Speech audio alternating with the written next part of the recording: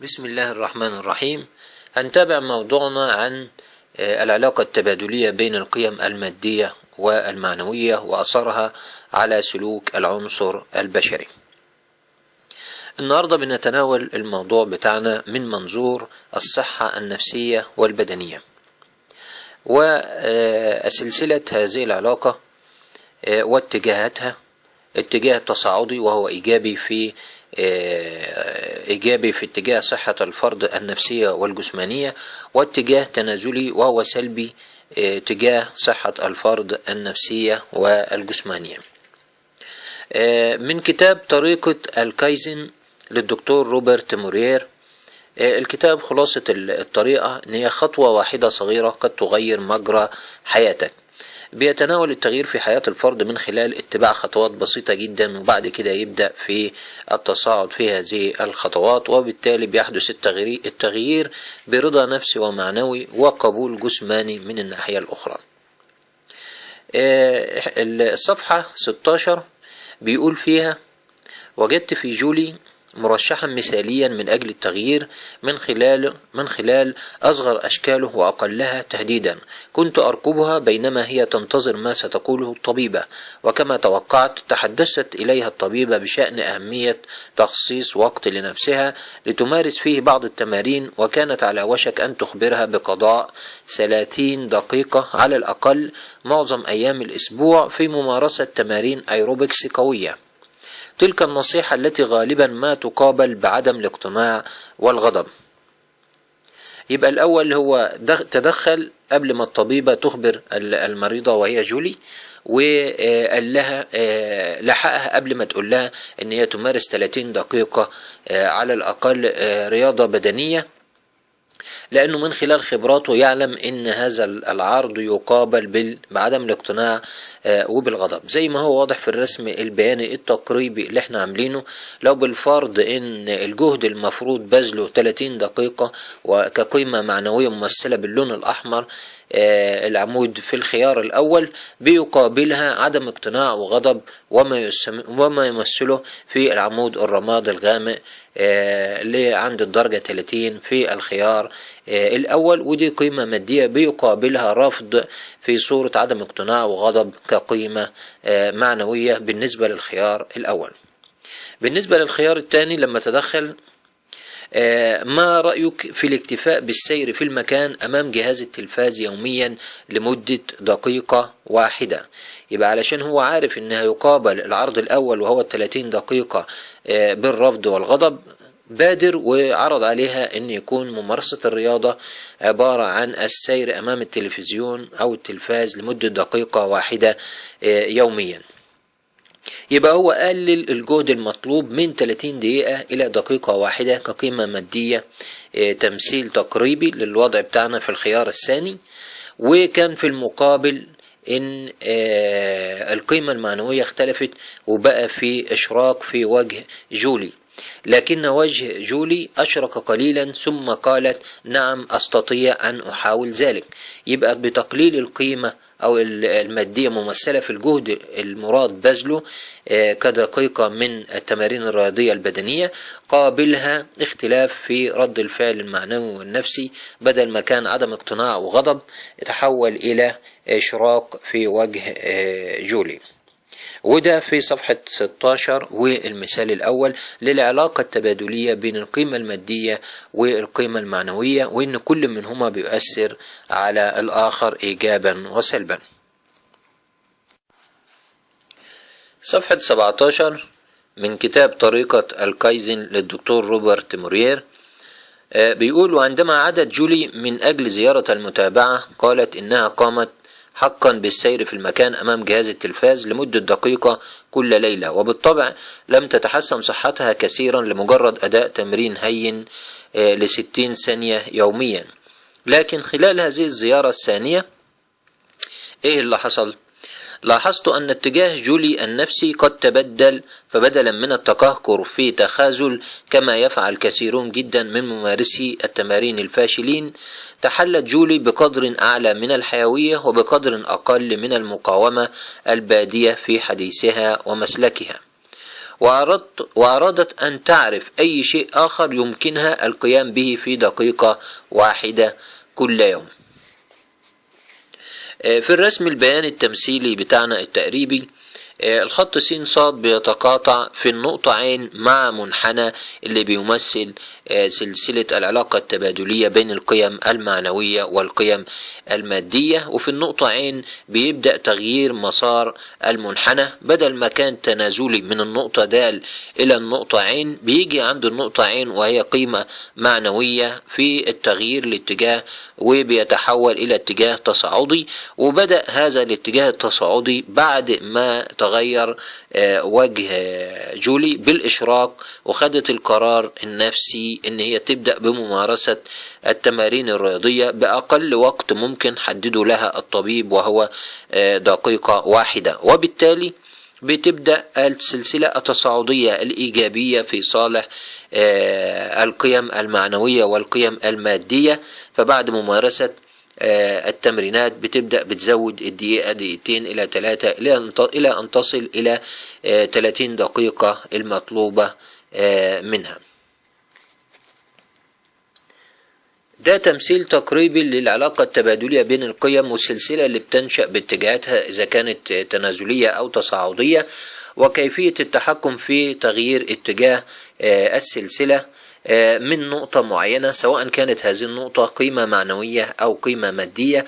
وكان نقطة التغيير في المثال بتاعنا هي قيمة معنوية من جولي، وهي الرغبة، تحويل عدم الرغبة والغضب إلى إشراق الوجه والبداية والاستعداد والإرادة في ممارسة التمرين بتقليل الجهد المبذول بدل من 30 دقيقة إلى دقيقة واحدة. طيب، هل يمكن أن نستفيد من هذا الكلام في الحياة العملية ويمكن تطبيقه؟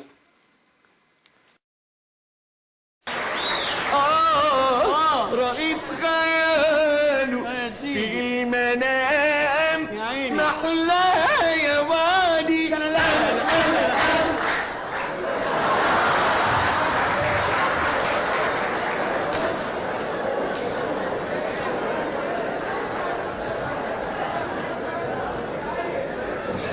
انت عندك عبد الوهاب في الطحال يا حسنين. كان زمان لما الدكتور يلاقي ان نتيجة الفحص الطبي بتختلف مع الاعراض اللي بيشتكي منها المريض، بيعرف ان العرض ده وهمي، يعني ملوش اصل في الواقع. فكان بيلجأ لأقراص للوهم، وهي عبارة عن أقراص برشام مكون من سكريات، وبيعطيه للمريض وبيعرفه انه بمجرد ما ياخد الاقراص دي وليكن قرص واحد في اليوم، بعد كده بيشفى من المرض اللي عنده. وبالفعل بيشفى من المرض اللي عنده. اللي بيحصل انه بيغير في اتجاه السلسلة للعلاقة التبادلية بين القيم، بس نقطة تغيير الاتجاه هنا هي قيمة مادية، بمعنى انه استعان بقرص البرشام اللي أعطاه للمريض علشان يأثر على تغيير طريقة تفكيره، وبالتالي المريض بيفكر بطريقة إيجابية للتفاعل مع أقراص البرشام، وبيدي أوامر للجهاز العصبي إنه ينفعل بكل طاقته بصورة إيجابية للتخلص من أعراض المرض الوهمي، وبتنجح التجربة. حلقة التغيير هنا هي قيمة مادية بيستعين بها الطبيب، وهي أقراص برشام الوهم. والتغيير اللي بيحصل بيأثر على القيمة المعنوية لدى الفرد المريض، وبالتالي بيغير اتجاه السلسلة، بدل ما كان تنازلي نتيجة التفكير السلبي بيبقى تصاعدي أو إيجابي تجاه القيم المعنوية والجسدية للمريض. مثال تاني علشان نؤكد العلاقة التبادلية بين القيم المادية والمعنوية وتأثير كل منهما على الآخر.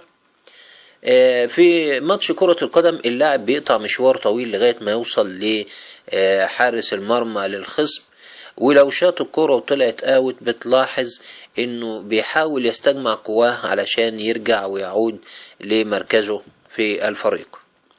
ولو قطع نفس المشوار وشاط الكرة ودخلت جون بتجيله سرعة غير عادية وطاقة غير عادية، وبيحاول زملائه في الفريق ان هم يلحقوا به، وقد يستطيعوا او لا يستطيعوا. ممكن يعمل اكروبات، ممكن ينط الحواجز ويحاول يصل للجمهور.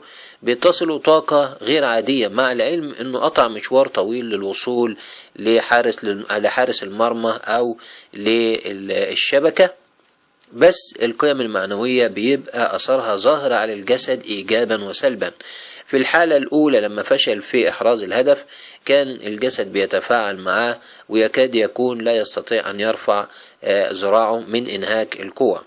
وفي الحالة الثانية في حالة إحراز الهدف بيحصل على طاقة إيجابية غير عادية بتظهر في الحركات اللي بيعملها بعد إحراز الهدف، مع إنه قطع نفس المشوار وبذل نفس المجهود تقريبا. من الأمثلة الأخرى على تطبيقات تغيير اتجاه سلسلة العلاقة التبادلية بين القيم المادية والمعنوية، لو بالفرض الأب شاف ابنه شال كرسي ورجعه مطرحه، وكمل هذا العمل بأنه شجعه وسقف له وقال له أنا اتخبطت في الكرسي قبل كده ونسيت أرجعه مكانه، وانت رحمتني من إن أنا أتخبط فيه مرة تانية. الابن بيحس إن هو أنجز وأخد ثمرة الإنجاز، تشجيع من الوالد كقيمة معنوية. الابن عمل شيء مادي إنه نقل الكرسي ورجعه مطرحه، الوالد دعمه بشيء معنوي وهو التشجيع، وبكده بيدعم السلسلة في الاتجاه الإيجابي التصاعدي لدى الابن. ونقطة التغيير هنا قيمة معنوية، أو حلقة التغيير إن هو بدأ من قيمة معنوية ودعم الاتجاه الإيجابي للسلسلة. هو منها مفيش تغيير، في تدعيم للاتجاه الإيجابي. في الوقت نفسه ممكن يكون حلقة التغيير قيمة مادية، يعني ممكن علبة ألوان إقلام تحل المشكلة وتوفر جوانب معنوية عالية، في الوقت اللي ممكن الأب يضيع وقت كتير في رفع معنويات الابن، ولكن مش بتحديد الحلقة السليمة اللي ممكن يبدأ منها، سواء كانت قيمة معنوية أو قيمة مادية. كذلك الورد أو الأزهار بالنسبة للزوج والزوجة كقيمة مادية شيء زهيد، ولكن المردود بتاعها المعنوي عالي جدا. فمهم ان انا اركز على اختيار القيمة، نوعها، الحلقة اللي انا هبدأ منها في تغيير اتجاه السلسلة ومسارها، سواء كانت الحلقة قيمة معنوية او قيمة مادية ممثلة في الوردة او في الزهور. اخيرا الموضوع ده بنستفيد من تطبيقاته في تحقيق التوازن الانفعالي لدى الفرد، ودي من مسؤوليات الفرد تجاه نفسه. طب هل يا ترى الإنسان ممكن يغير اتجاه السلسلة الخاصة به من اتجاه سلبي إلى اتجاه إيجابي؟ طبعا ممكن تغيير، وإن الله لا يغير ما بقوم حتى يغيروا ما بأنفسهم، ألا يعلم من خلق وهو اللطيف الخبير. وحديث النبي عليه الصلاة والسلام بيقول إنما الأعمال بالنيات، أو كما قال عليه الصلاة والسلام ولكل امرئ ما نوى. كل قيمة مادية في السلوك البشري بيسبقها قيمة معنوية ممثلة في نية الفرد. ده كان موضوعنا النهاردة عن سلسلة العلاقة التبادلية بين القيمة المادية والقيمة المعنوية وتأثيرها على السلوك البشري إيجابا وسلبا بمنظور الصحة النفسية والبدنية. شكرا لكم. دكتور هشام يوسف.